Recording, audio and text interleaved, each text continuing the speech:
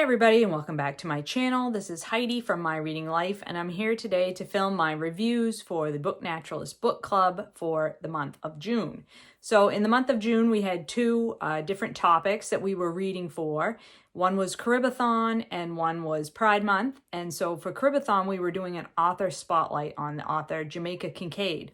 Jamaica Kincaid is originally from Antigua in the Caribbean, currently lives in the United States. She is a professor of African and African American studies at Harvard, and she currently lives in the state of Vermont. She is a novelist, and she's written several memoirs as well as collections of essays, and she is an avid gardener. So in the past, I had read her essay, this is just one essay, A Small Place, which is about the tourism industry in the Caribbean. And I found that to be very good. Really liked her authorial voice. But for this for this month in June for Book Naturalists, I decided to go with her book called Among Flowers, which is the subtitle of which is A Walk in the Himalayas, and it is about 176 pages. It's a travel memoir. So at a certain point in her life, Jamaica Kincaid traveled to Nepal with some friends and some colleagues that she was acquainted with, and they traveled through the Himalayas collecting seeds for their gardens back home. Each individual in the company was from different parts of the world, but all were from sort of temperate climates. So it was really interesting to read about their travels through the Himalayas. They walked. They walked for many days and gained about, I think they got up to about, I can't remember the total amount of elevation, but I think it was around 10,000 feet in elevation in the various areas that they went collecting seeds and plants. So this travel memoir, it does detail about a 3-week time period in her life, and she is just such a very good observer of everything around her. I find her writing to be quite literary, but also really charming, has a lot of humor in it, touches on lots of aspects of the natural world, but particularly on gardening and plants and flowers. That seems to be her sweet spot for this type of writing. And they are central to many of her other works, I'm to understand. I haven't read any of her fiction yet, but I do plan to do so. So this particular book talks a lot about Himalayan landscapes, and she writes with a lot of introspection, and she's very descriptive. So I have a couple of passages here in my notes I wanted to read you. I did read this book as an ebook, so I don't have a copy of it here, but I will put a picture up on the screen. So the first little quote I have here is, "Had I been the first person to walk on the surface of the moon, I don't think I would be able to speak for 100 years afterward. As it is, I just went to Nepal on a plant hunting, seed collecting trek, and the landscape at the foothills of the Himalayan mountains have left my tongue somewhat stilled, perhaps permanently so." And then she goes on later to say, "The rhododendron in general is perhaps the most misused flowering shrub in American gardens. It is planted near a house, often to hide the hideous but appropriate material that is the foundation for a building. They come in perfect colors, purple, pink, violet, and they bloom with generosity in thrusts. But these qualities, the abundance in color and in bloom, plus the ease with which they can often be grown, make them taken for granted to the point of abuse. To see them now, then, to see a rhododendron with a trunk as thick as a pine and 30 feet tall, and with leaves almost as long as my lower arm, was as magical as seeing the mountain Makayu from a distance." So yeah, she just writes like that. It's very lyrical, really literary in tone, but also just very gentle, and just takes you in, and you're just gently being carried along with her on this journey through the Himalayas. She reflects not only on what she's seeing, but also what she's feeling as the only Black woman in the party, as the only person of color that many of the people that she encounters in Nepal have ever seen, and how that makes her feel, that she's missing her son back home, and what that's like as a parent when you travel because of a passion And then, you have the sense of, but maybe I should have stayed home with my child. So she ruminates on that as well. So yeah, really excellent book. I would highly recommend if you're interested in trying Jamaica Kincaid and you really like nature writing. I would definitely recommend Among Flowers. And then the second book that we had chosen for the month was this one, Bitch on the Female of the Species by Lucy Cooke.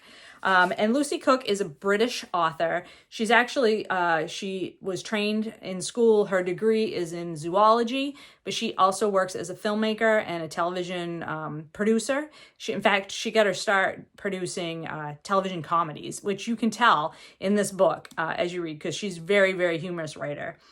She's written 3 books about sloths and another book called The Truth About Animals, and this book, which is her latest. And I just found this delightful. You can tell there, you can see how many tabs I put in this.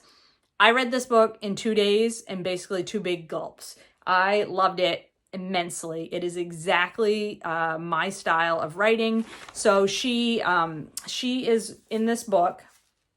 She is talking about what we know about species, sex versus gender. So gender being a construct that humans have come up with to talk about the binary male-female divide.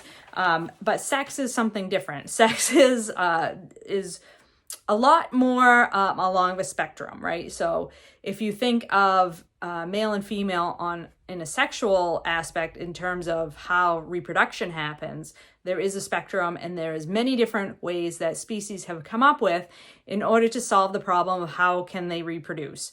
And the binary ideal of one male, one female, insert tab A into slot B and come up with some babies does not hold true for a lot of other critters in the world. So this book just goes through all different types of animals, types of fish, types of amphibians, types of reptile, and talks about the different adaptations that animals have come up with in order to perpetuate their own species. It talks about mate choice. It talks about, how animals fight for advantage over one another, whether that be males or females. It talks about appearance and how that plays into it. It talks about parenting, who does the parenting, who does the caring for the offspring, all different types of topics like that, all told with lots of humor and lots of weird examples of things that you've probably never even heard about before. And one thing that really blew my mind about this book was that I have been out of college now for over 30 years, or about 30 years, I guess. And a lot of what I was taught in terms of basic biology and basic sexual reproduction principles have there's been information that has been discovered that sort of tilts those principles on the axis. So there's a lot of things that still remain the same, but like, for example, the very basic idea of females have double X chromosome and males have XY chromosome. And when you mate a male and a female together, they combine their genes in such a way that, you get either another XX or you get an XY. And that just simply is not the only 2 options that are out there. Not even just for humans. I mean, humans don't just come in those 2 flavors. And so it was really interesting to read like something as basic as XX or XY chromosomes and how those 2 things combine to make offspring was super interesting. It goes into like fruit fly reproduction and how fruit flies have been used in genetic experiments for decades and decades and decades. In fact, I did genetic experiments on fruit flies when I was in college. They are the gold standard for that type of thing, or they were.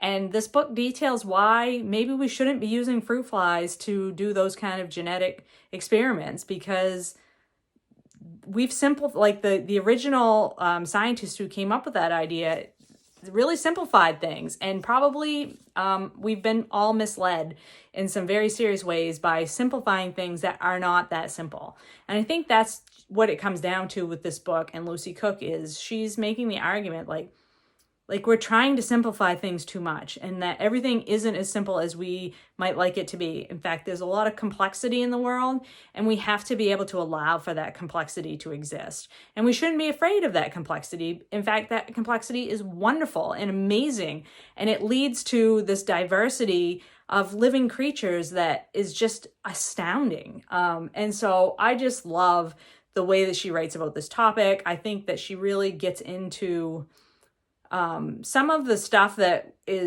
scares people a lot about what they see as changes happening in how we talk about gender. You know, that really scares people to talk about that. And books like this really break that down and say, you know, this is nothing to be scared of. This is something to talk about and to celebrate that there's all these differences out there. And like, we should be really excited about that and really thrilled about it. So this book can be a little bit raunchy. She is really, she's not afraid to take on a sex joke, that's for sure. Let's see if I can find a good section to read to you to demonstrate what she's talking about. Common frogs from the northernmost parts of their range have a familiar XY genetic sex determination and develop as one would expect. XY individuals grow testes and XX develop ovaries. The frogs I caught as a kid were in the southern range, and their sex is a little more fluid. All tadpoles are XX and develop as females, but as they emerge from the pond, around half of these genetic females reverse their sexual development. Their ovaries transform into testes and they become XX males. Switching sex might seem like a big deal, but frogs do it without batting an eyelid, or rather, I should say eyelids, since they are in possession of 3 for each eye. The underlying mechanism isn't fully understood, but is thought to be temperature related. In the laboratory, frogs have been encouraged to change sex from male to female by exposure to chemicals that mimic estrogen. These are found in herbicides like atrazine, popular with lawn growers in the USA, whose liberal use of them forces male frogs to switch sex and become female. Frogs in the middle range are intermediates in every way. Some males have their sex governed by temperature and start out with ovaries. Others are triggered by sex-determining genes. As a result, some frogs are regular XY males and XX females, but Rodriguez has also documented XY females and XX males. Externally, these frogs appear to be either male or female, but their gonads tell a different story. Some have a blend of ovarian and testicular tissue, which makes marshalling their sex into one of 2 neat buckets all but impossible. There is a continuum between male and female at the gonadal level and at the genetic level. But if you go to a random pond and catch a random frog, it will still look like either a male or a female, Rodriguez told me. It would be easy to dismiss this sexual mishmash as the glitches of an imperfect, less evolved system of sex determination. Many scientists have. But that's a primitive, mammal-centric viewpoint. This extraordinary plasticity is now understood to persist in a range of reptiles, fish, and amphibians. It's persevered for hundreds of millions of years across diverse species, which suggests there must be some evolutionary benefit. So that's the kind of stuff that she's talking about here. And that's just, one little section. And it's, 330 pages of just super interesting facts that will blow your mind and bring you up to speed on the current state of what we know about sex determination. And I just love this book. I think it's really, really amazing. I highly recommend it. I hope everybody has either read it this month for Book Naturalists Book Club, or you will go out and pick it up and read it in the future. And then lastly, let's talk about what's on the docket for the month of July. In July, we're doing another author spotlight, and this time on a beloved nature author, Sy Montgomery. You will probably have heard of this book by Sy Montgomery, The Soul of an Octopus, a surprising exploration into the wonder of consciousness. I've read this book. I also read her book, How to Be a Good Creature. She has several other books out that have been published already. She writes really lovely stories about the animal world. She has a lot of compassion and a lot of, she has a big heart for animals, in particular octopi. And I just think she is a really heartwarming author to read from. So I haven't decided yet whether I'm going to reread The Soul of an Octopus or if I'm going to pick up one of her latest books. I will decide as the month goes on. I am leaning towards rereading The Soul of an Octopus because I really loved this book the first time I read it. And I don't do enough rereading. And so this would encourage me to pick up a book and reread it. So that's who we'll be reading for the month of July. I hope you will join us at the Book Naturalist Book Club and read something by Sy Montgomery. I hope you're all doing well and finding some great books to read, and I will talk to you later.